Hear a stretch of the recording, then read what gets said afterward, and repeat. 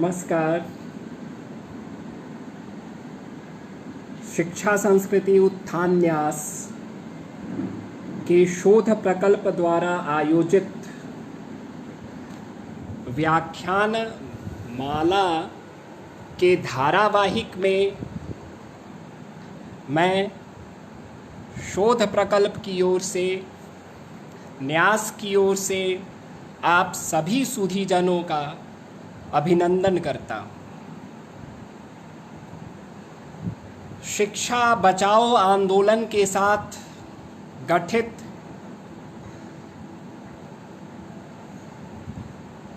शिक्षा संस्कृति उत्थान न्यास माननीय श्री दीनानाथ बत्रा जी और श्री अतुल भाई कोठारी जी के मार्गदर्शन में निरंतर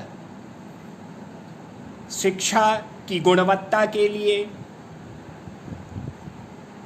देश भर में एक वातावरण, अनुकूल वातावरण तैयार करता रहा है। शोध प्रकल्प के अखिल भारतीय संयोजक श्री राजेश्वर जी हमेशा कुछ नया करने की योजना बनाते हैं, कुछ नया आरंभ करने की प्रेरणा देते हैं। इस कड़ी में इस व्याख्यान माला का आयोजन किया गया है। इस कठिन समय में जब हम अपने अस्तित्व के लिए जूझ रहे हैं, कई चुनौतियां हमारे सामने है। हमारे माननीय प्रधानमंत्री आत्मनिर्भरता की ओर प्रयास कर रहे हैं। पूरा देश कैसे आत्मनिर्भर बना जाए, इस पर चिंतन मनन कर रहा है। ऐसे समय में शिक्षा की एक ठोस नीति, जिसमें नीतिगत मजबूती और नियत की स्पष्टता है, हमारे लिए आशा की एक किरण लेके आया है। यदि हम नई राष्ट्रीय शिक्षा नीति के विजन पे विचार करें और उसके विजन को पढ़ें तो 2-4 पंक्तियों में हमें पूरी रिपोर्ट का सार पता चल जाएगा। इसका विजन है, इसकी दृष्टि है भारत केंद्रित शिक्षा प्रणाली की स्थापना की व्यवस्था। शिक्षा संस्कृति उत्थान न्यास का सूक्ति वाक्य है, यदि देश को बदलना है तो शिक्षा को बदलना होगा। इस सूक्ति का साकार रूप नई राष्ट्रीय शिक्षा नीति के विजन में की दृष्टि में स्पष्ट दिखाई पड़ता है। भारत केंद्रित शिक्षा प्रणाली को अपनाना, by transforming India into a knowledge society, Bharat को बदलते हुए, देश को बदलते हुए और एक ज्ञान आधारित समाज के निर्माण की ओर अग्रसर करते हुए, जो शिक्षा व्यवस्था हो, शोध की प्रणाली हो, तो यह दृष्टि है इस राष्ट्रीय शिक्षा नीति की। इसमें कोई अतिशयोक्ति नहीं कि शिक्षा संस्कृति उत्थान न्यास और इसके सारे प्रकल्प नई राष्ट्रीय शिक्षा नीति का जो वर्तमान स्वरूप है और इसके प्रारूप में भी हमारा काफ़ी योगदान रहा है। देर रात तक जग कर हमने इनपुट्स दिए हैं और एक जिसे कलेक्टिव कॉन्शसनेस कह लें, देश को बदलना है तो शिक्षा को बदलना होगा, वही हमारी राष्ट्रीय शिक्षा नीति का विजन है। तो एक जो सामूहिक चेतना, एक वातावरण तैयार करना, शिक्षा का वातावरण तैयार करना, गुणवत्तापूर्ण शिक्षा का वातावरण तैयार करना, गुणवत्तापूर्ण शोध का वातावरण तैयार करना, जो माननीय श्री अतुल भाई कोठारी जी अक्सर कहा करते हैं, शोध का एक स्वभाव बने। तो राष्ट्रीय शोध प्रतिष्ठान की स्थापना इस निमित्त, और जो ग्रेजुएशन की डिग्री है, अंडर ग्रेजुएट डिग्री है, मास्टर्स की डिग्री है, उसके करिकुलम में शोध इनहेरेंट हो, ताकि शोध का एक स्वभाव बने, एक नवोन्मेष का वातावरण हो हमारे समाज में शिक्षा व्यवस्था के द्वारा। ये पूरी नीति का लबोलबाब है। तो जब हम शिक्षा प्रणाली की बात करते हैं तो अध्यापक शिक्षा बहुत महत्वपूर्ण हो जाता है, जिस पर अभी मैं बात करने वाला हूँ। अध्यापक शिक्षा के दो महत्वपूर्ण कार्य हैं। एक तो शिक्षकों का निर्माण करना, जो देश का भविष्य गढ़ते हैं क्लासरूम्स में। तो एक बहुत बड़ा दायित्व है टीचर एजुकेटर्स का कि वो कैसे शिक्षकों का निर्माण कर रहे हैं। बीएड का जो करिकुलम है, बीएड का जो कोर्स है, पाठ्यक्रम है, उसके माध्यम से।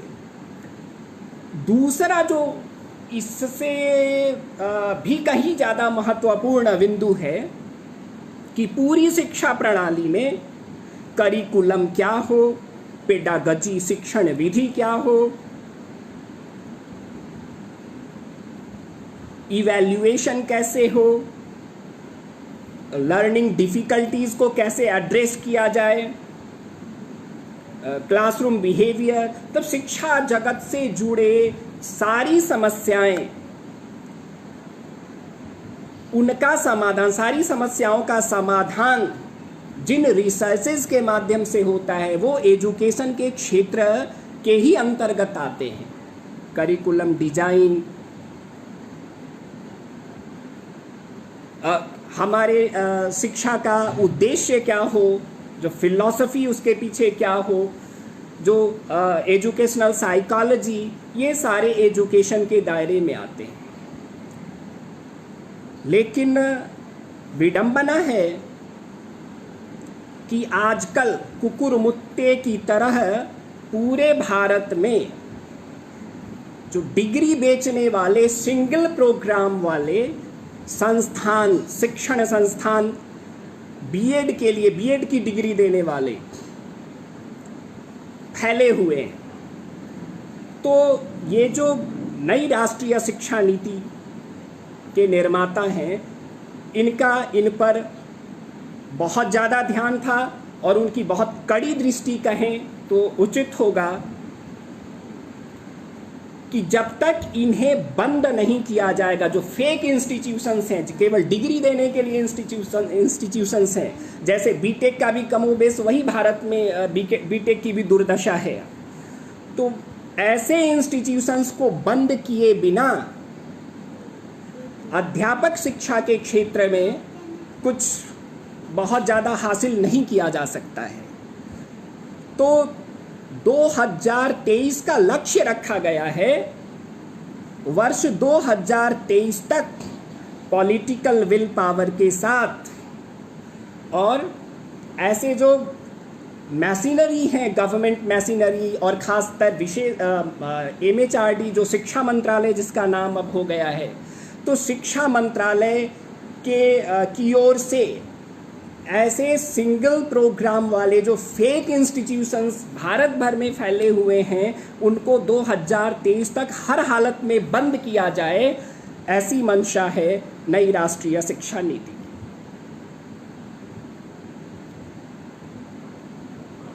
इसके बाद जो समस्या आती है अध्यापक शिक्षा के क्षेत्र में, वो समस्या एक डिस्कनेक्ट की समस्या है। कहीं ना कहीं जो उसका करिकुलम है वो आउटडेटेड है। हम लोगों ने बीएड एमएड किया है, और जिन लोगों ने बीएड एमएड किया है वो भली भांति समझते हैं कि वो 80 के दशक का 70 के दशक का जो शिक्षा दर्शन था उस पर आधारित जो एक्टिविटीज़ है आज भी ढोए जा रहे हैं। तो जो करिकुलम डिजाइन, करिकुलम जो आउटडेटेड शब्द ऐसा है रिपोर्ट में, और distanced from reality of the schools, जो नए नए स्कूल्स हैं जो देश विदेश के जो आधुनिकतम मॉडल हैं उसके आधार पे जो स्कूल चलाए जा रहे हैं, तो उनके लिए अध्यापक का जो करिकुलम है वो उनको यथार्थ से कोई लेना देना नहीं है। मैं हर जगह सारे इंस्टीट्यूशंस की बात मैं नहीं कर रहा, और ना तो ड्राफ्ट और वो जो रिपोर्ट है नई अभी फाइनल रिपोर्ट है उसमें भी ऐसा नहीं है। लेकिन जहाँ जहाँ ऐसा है उस करिकुलम को, चाहे वो कंटेंट हो या पेडागजी हो, उसको अपडेट करना, उसको जो लेटेस्ट एडवांसेस हैं शिक्षा के क्षेत्र में,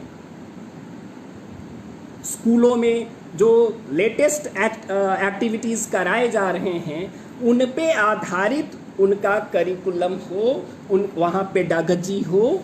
ये बहुत महत्वपूर्ण दृष्टि है अध्यापक शिक्षा के संबंध में। ये करिकुलम डिजाइन की बात हो गई। अब इसके बाद जो इंस्टीट्यूशनल सेटअप है, यहाँ पे एक पंथ दो काज किया गया है।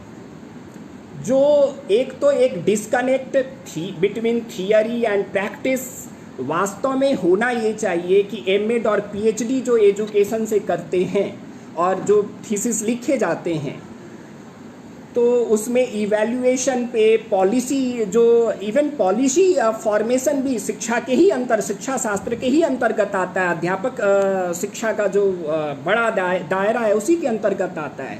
इवैल्यूएशन है, तो इस पे जो रिसर्चेस होने चाहिए, जिस तरह के रिसर्चेस होने चाहिए उस तरह के हो नहीं रहे हैं। और जो कुछ अच्छे गुणवत्तापूर्ण रिसर्च हो भी रहे हैं, मान लिया इंडिया में नहीं हो रहे हैं, लेकिन हम अपडेट होते रहते हैं पास जो विकसित देश हैं शिक्षा के मायने में, तो वहाँ से जो इनपुट्स हमें मिलते हैं, तो उसका भी एप्लीकेशन जो होलिस्टिक एजुकेशन है, जो पूरा एजुकेशन के अलावे जो सारे मल्टी डिसिप्लिनरी जो इंस्टीट्यूशंस हैं वहाँ उसका एप्लीकेशन नहीं है। कुछ एक संस्थानों को छोड़ करके जो बेहतर कर रहे हैं, जैसे आईआईटीज़ वगैरह हैं।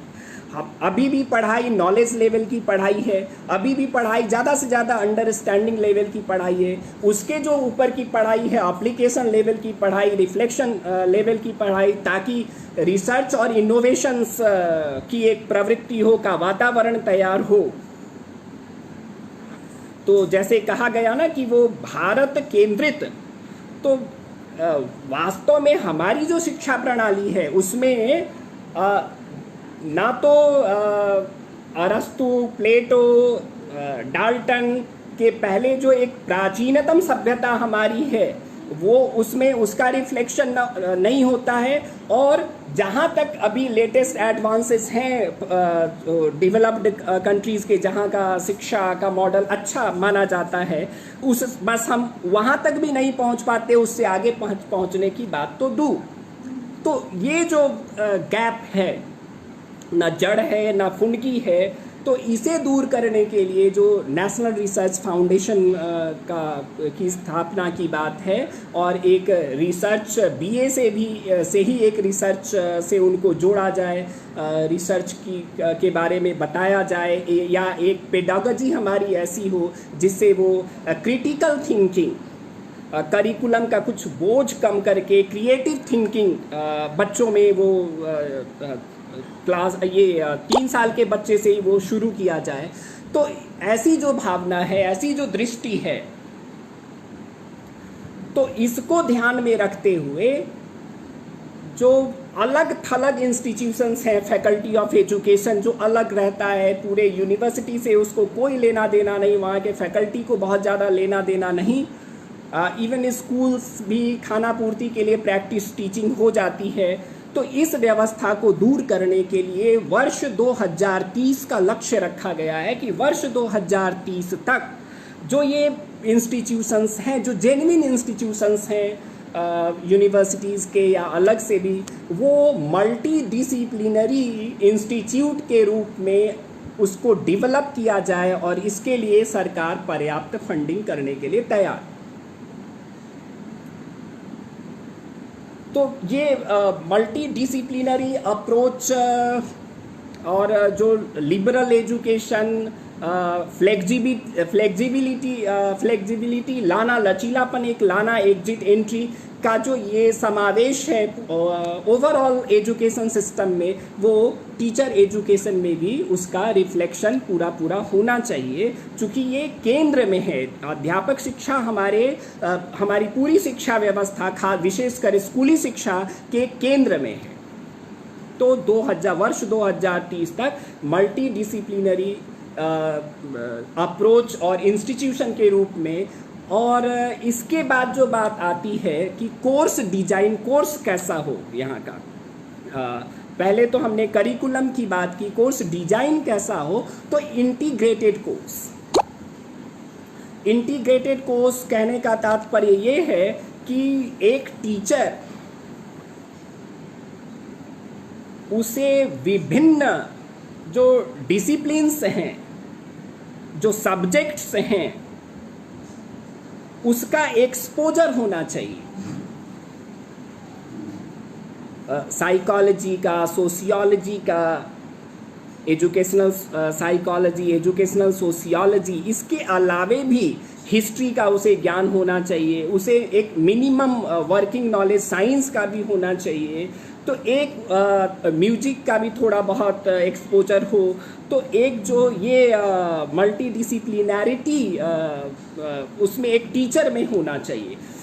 इस नीति की खास बात है, इस रिपोर्ट की एक बहुत खास बात है कि इसमें टीचर्स जो बनने वाले हैं, खासकर स्कूल के टीचर्स और टीचर एजुकेटर्स भी अध्यापक शिक्षा में, और दूसरे टीचर्स भी, उनसे एक्सपेक्टेशन बहुत ज़्यादा बढ़ा है।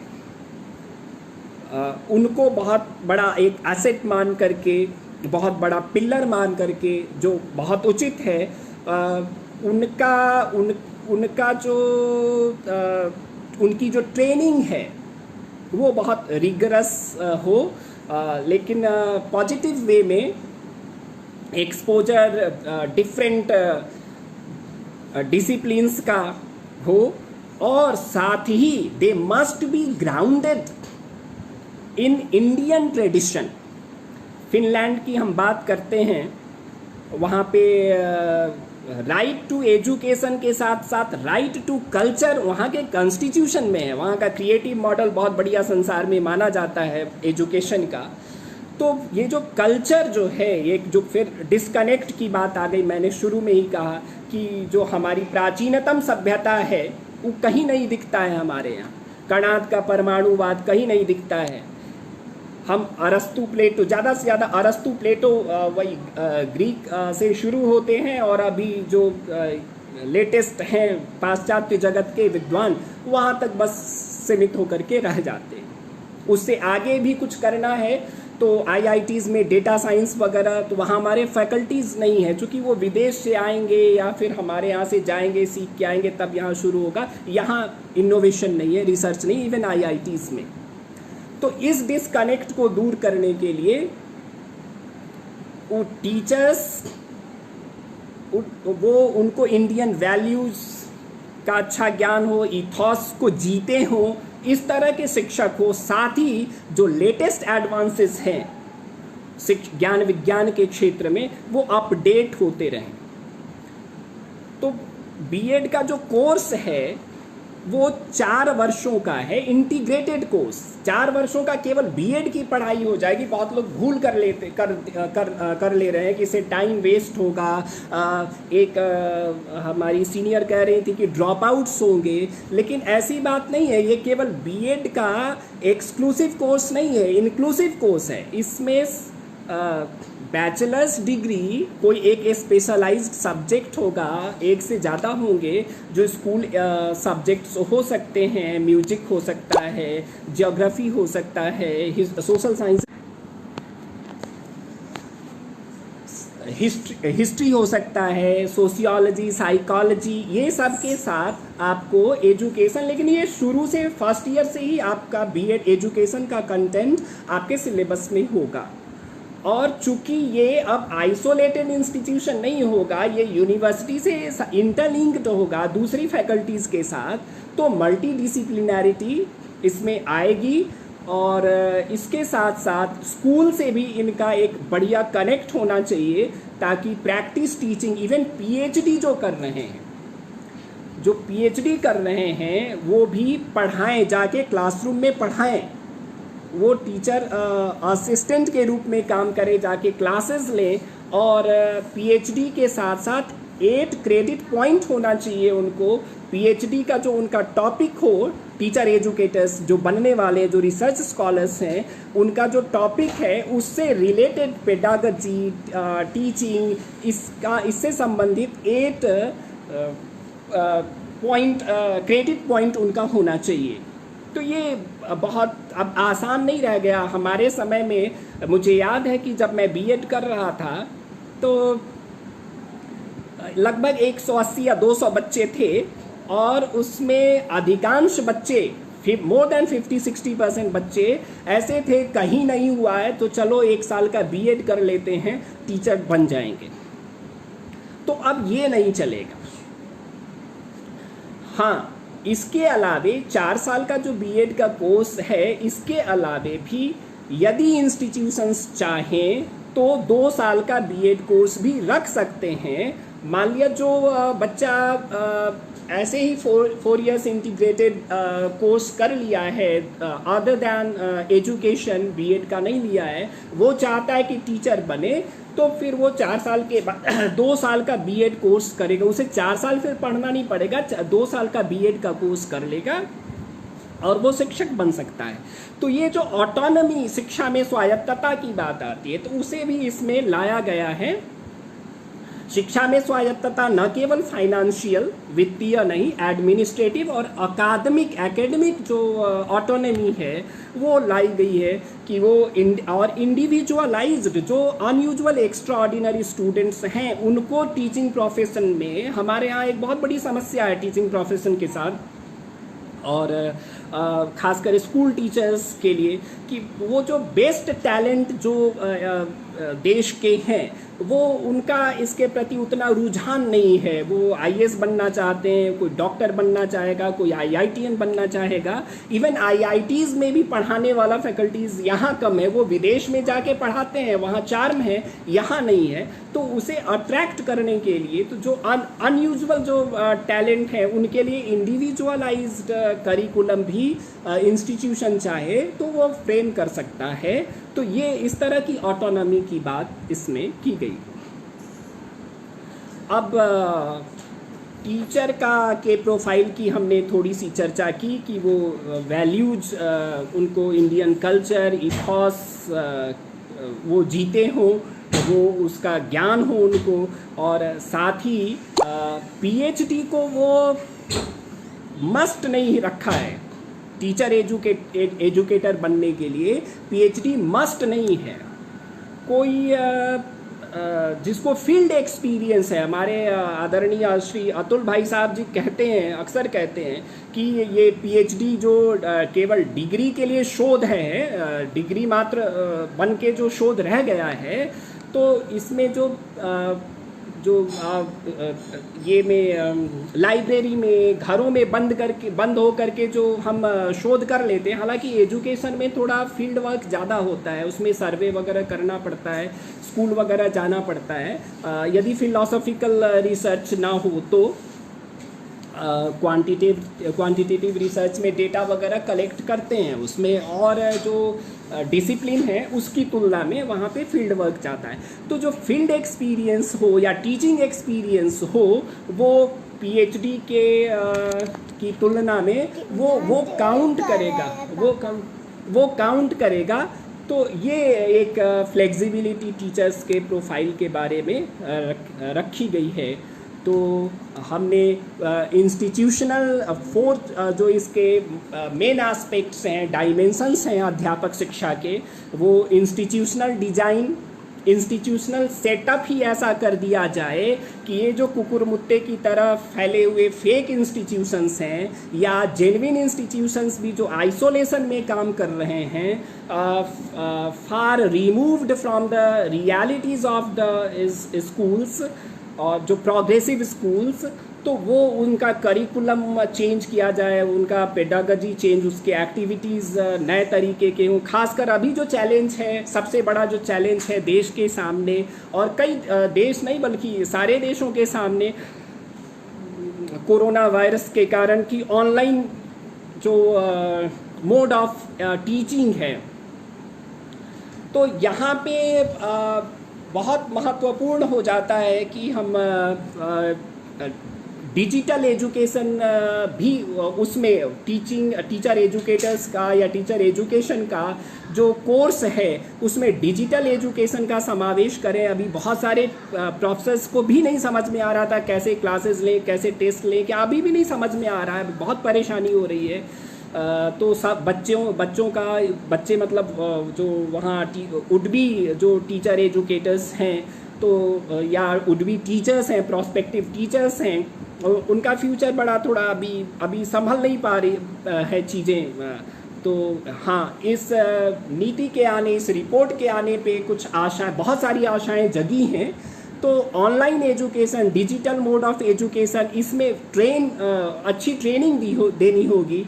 तो इस तरह से जो प्री सर्विस जो ट्रेनिंग है, साथ साथ एक और महत्वपूर्ण बात है कि आफ्टर सर्विस और इन सर्विस जिसको ट्रेनिंग कहते हैं, उसमें जो पहले एकेडमिक स्टाफ कॉलेज कहा जाता था, वो HRD सेंटर के नाम से, ह्यूमन रिसोर्स डेवलपमेंट सेंटर के नाम से अभी चलता है। तो उसे भी वो भी अलग थलग कार्य ना करे जैसा आज है, उसे भी डिपार्टमेंट ऑफ एजुकेशन नाम से या इस तरह का एक स्वरूप प्रदान किया जाए, और वो भी यूनिवर्सिटीज़ के साथ उसका काफ़ी इंटरेक्शन रहे, वो आइसोलेशन में वो काम ना करे और वहाँ पे इन सर्विस ट्रेनिंग हो।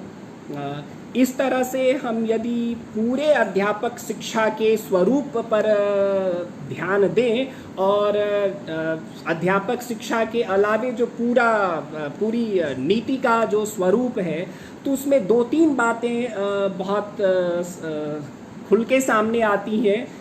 और इसमें जो कुछ लोगों की शिकायत रहती है, अधिकांश लोग कहते हैं कि बातें तो बहुत अच्छी हैं, बहुत अच्छी रिपोर्ट है, इसमें कोई दो राय नहीं, लेकिन क्रियान्वयन नहीं हो पाता है। पहले भी नीतियां आई, क्रियान्वयन नहीं हो। तो मैंने जो अध्ययन किया, इसका अनुशीलन किया, तो मैंने पाया कि इसमें इस तरह से इस नीति को डिजाइन किया गया है कि इम्प्लीमेंटेशन स्वाभाविक रूप से हो। मैं 100% नहीं कह सकता कि 100% का क्रियान्वयन स्वाभाविक रूप से हो जाएगा, लेकिन जैसा आपने देखा कि ये फेक इंस्टीट्यूशंस को समाप्त करने के लिए जहाँ पे एडमिनिस्ट्रेटिव MHRD द्वारा और जो national higher education regulatory body है उसके द्वारा हर 3 महीने पे इसकी मॉनिटरिंग होगी और रिगरस मॉनिटरिंग होगी। एक क्लीन अप एक्सरसाइज किया जाएगा जो कि 2023 तक वो चलेगा वो। और जो एक राष्ट्रीय शिक्षा आयोग है उसके द्वारा एवरी 6 मंथ्स पे, और इसमें करप्शंस की भी खुल की बात की गई है कि जो बॉडीज़ हैं, रेगुलेटरी बॉडीज़ हैं, NCT आदि नाम नहीं लिया गया, लेकिन रेगुलेटरी बॉडीज जिनको ये देना था, ये तय करना था कि ये जो बेसिक क्राइटेरिया है एक इंस्टीट्यूशन का, टीचर एजुकेशन के इंस्टीट्यूट का, वो ये फुलफिल करते हैं कि नहीं, इसके आधार पे उनको मान्यता दी जाती है, रिकॉग्निशन। इसमें खूब करप्शन हुआ, ये सारी बातें आई है उसमें, और इसे कैसे दूर किया जाए।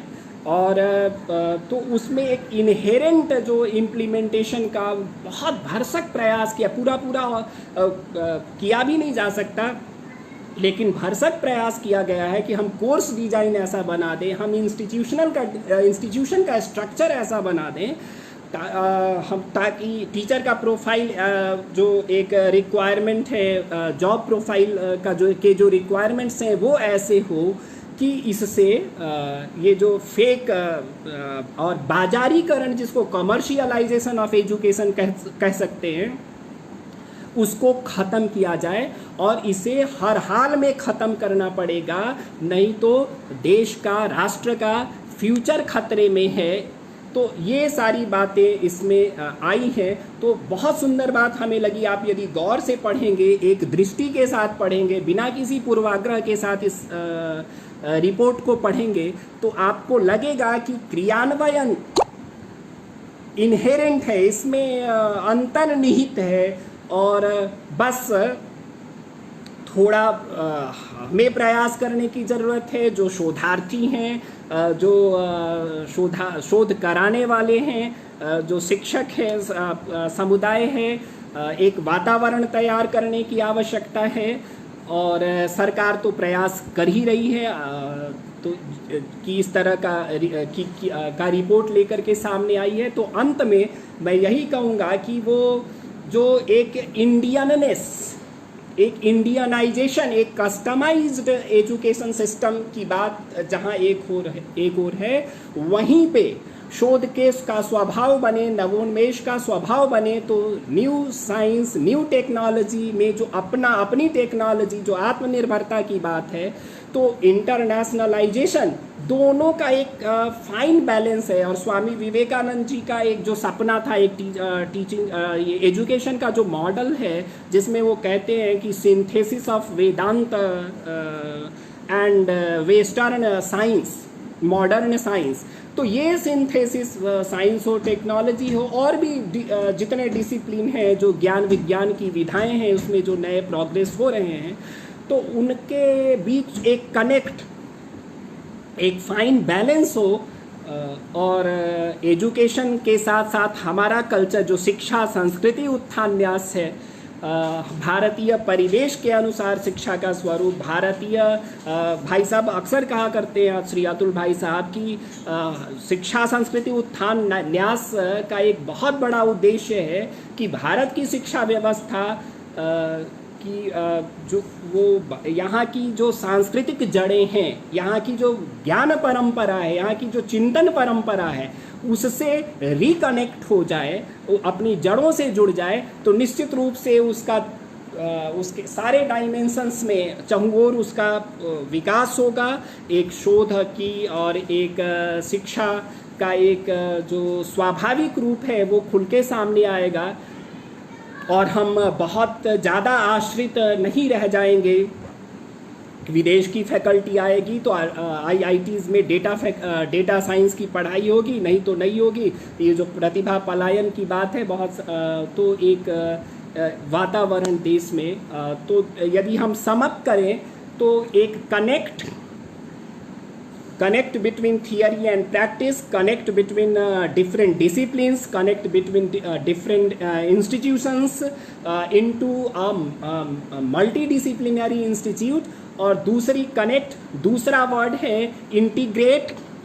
इंटीग्रेट करें, करिकुलम भी इंटीग्रेटेड हो, हमारा इंस्टीट्यूशन भी हमारा इंटीग्रेटेड हो। और तीसरी बात करें तो इंडियननेस और इंडियनाइजेशन, और साथ साथ इंटरनेशनलाइजेशन, जो लेटेस्ट एडवांसेस हैं पूरी दुनिया में जो हो रहे हैं, तो उसके साथ एक फाइन बैलेंस क्रिएट करना, ये अध्यापक शिक्षा का स्वरूप और पूरी जो राष्ट्रीय शिक्षा नीति है, इसमें इसकी आत्मा है।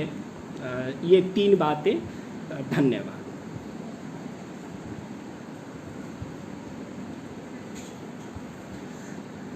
ट्रेनिंग अब इसके बाद किसी का कुछ प्रश्न हो तो वो प्रश्न कर सकते हैं। पूरी राष्ट्रीय शिक्षा नीति के संदर्भ में, क्रियान्वयन के संदर्भ में, अध्यापक शिक्षा के संदर्भ में किसी का कोई प्रश्न हो तो वो प्रश्न कर सकते हैं। कोई जिज्ञासा हो, कोई शंका हो।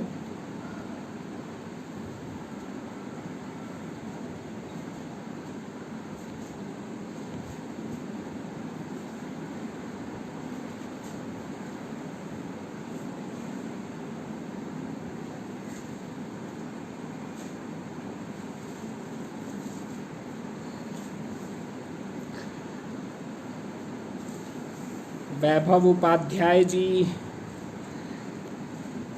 राजेश्वर जी, तरुण जी, राजेश शर्मा जी, रोहित सड़ूत्रा जी, डॉक्टर अजित सिंह जी, राजीव प्रताप सिंह जी, आशीष दवे जी, रवि भूषण जी, आप सबका बहुत बहुत आभार। आप लोगों ने धैर्यपूर्वक सुना और श्री राजेश्वर जी और उनकी पूरी टोली, जिसमें मैं भी शामिल हूँ, सबके प्रति आभार और सबको बहुत साधुवाद की एक नई परंपरा, एक नया आगाज शुरू हुआ है और वो नई राष्ट्रीय शिक्षा नीति पर विमर्श के साथ शुरू हुआ है। तो शोध प्रकल्प की यह जो दृष्टि है, शोध प्रकल्प की यह जो योजना है, ये मेरी शुभकामना है कि इसका ये बहुत और नया नया रूप लेते रहे, इसके नए दायरे हों, नए संदर्भ हों, ऐसी मेरी भावना है। और लगता है कि किसी को कोई शंका नहीं है, किसी का कोई प्रश्न नहीं है।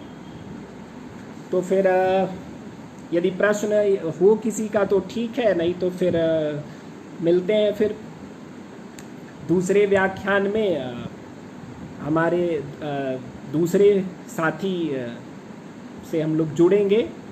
आप सब लोगों का बहुत बहुत आभार, धन्यवाद।